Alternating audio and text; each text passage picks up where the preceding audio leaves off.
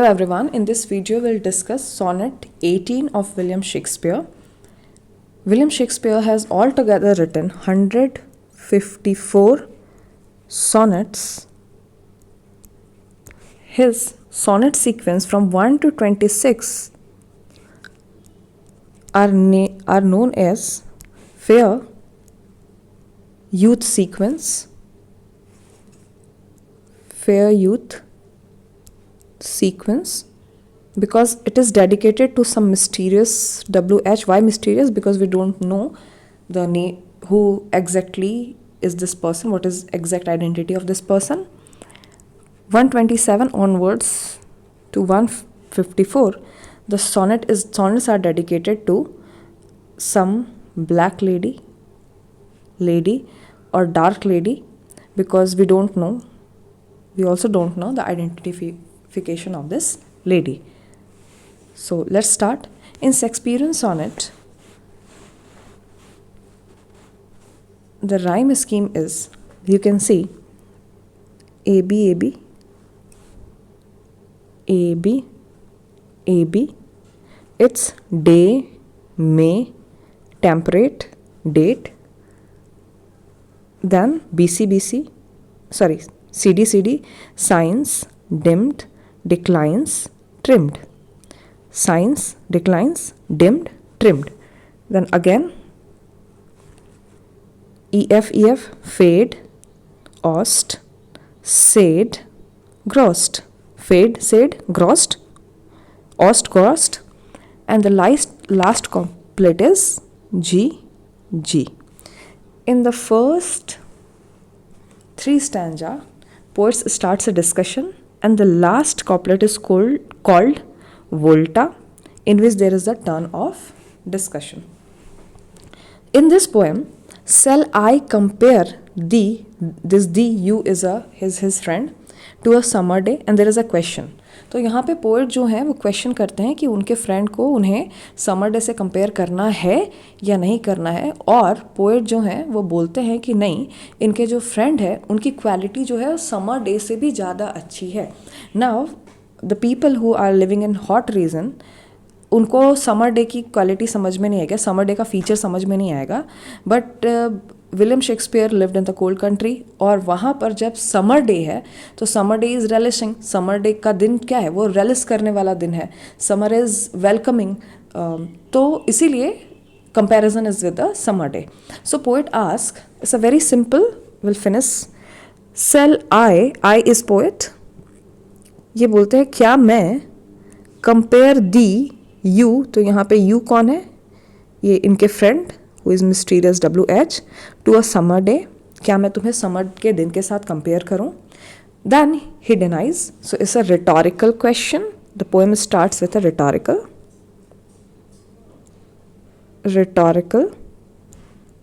Question, and he answers कि नहीं, उनको समर डे के साथ कंपेयर नहीं करना है. He need not compare his friend with the summer day, because his friend's quality surpasses the qualities of a summer's day. So he says, thou art, you are, he says, my friend, you are more lovely and you are more temperate, moderate, consistent. He says, rough winds, जब तेज हवाएं चलती है, rough winds do shake the darling buds of May. So May की जो buds हैं, it has been shaken by the rough winds. And summer leaves, summer का जो period है, hath all too short a date. और summer का period भी जो है लिमिटेड होता है.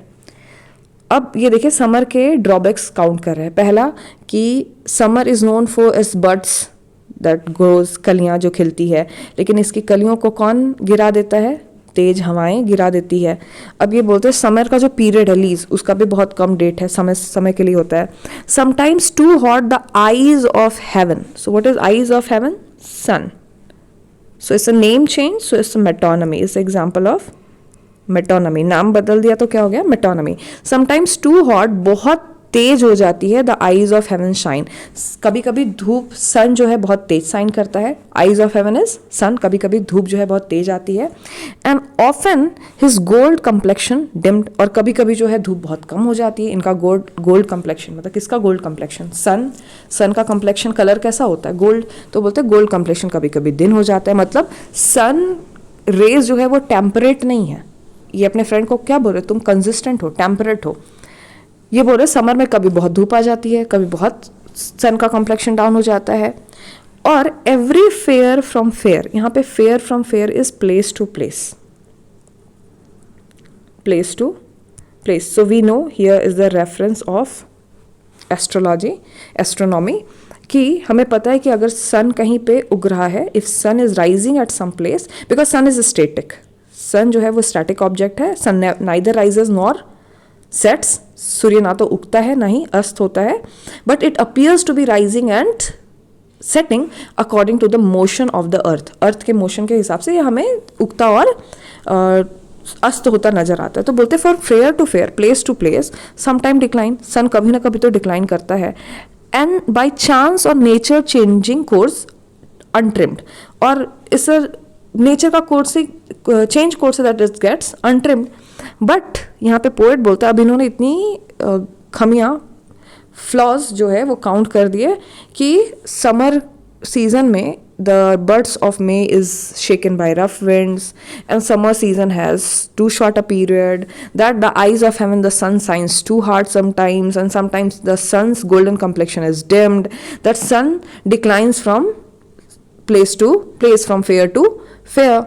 Sun is the center to the summer day, and so he says, but thy eternal summer, ये बोलते हैं तुम्हारा जो इटर्नल समर है। तो जब पूरा जो ईयर का सीजन है उसका पार्ट है समर, और यूथ के पूरे एज का जो पार्ट है समर, समर मतलब उसका यूथ। तो यहाँ पे समर किसको रिप्रेजेंट कर रहा है? इटर्नल समर, तो उसके यूथ को रिप्रेजेंट कर रहा है। जैसे पूरे साल में अलग अलग सीजन आते हैं, तो उसमें समर सीजन है, तो हमारे एज के भी बहुत सारे सेक्शंस हैं।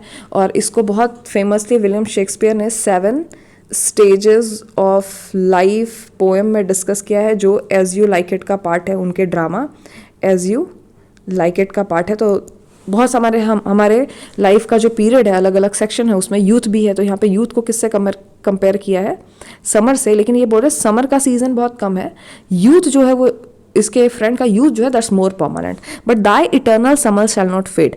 अब ये बोले तुम्हारा जो समर है वो इटर्नल है, वो फेड नहीं होगा। तुम्हारा यंग एज जो है, यूथ जो है, खत्म नहीं होगा। So here we are puzzled that youth also declines. तो इसका आंसर हमें मिलेगा लास्ट 2 कॉपलेट में। और ये बोलते हैं not lose position of that fair the owest, जो फेयरनेस तुम्हारे पास है उसके पोजिशन को तुम कभी लूज नहीं करोगे।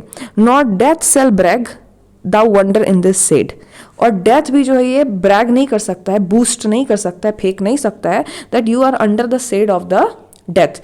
Everybody who is born dies, हर कोई जो पैदा होता है वो मरता ही है, लेकिन some people becomes immortal when they do some great work and people and the posterity, the coming generation remember them.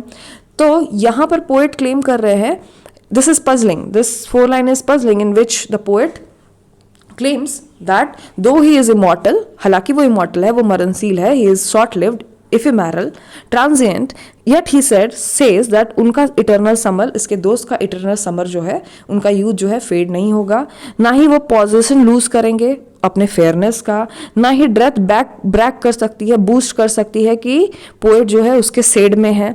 When the, अब क्यों नहीं है?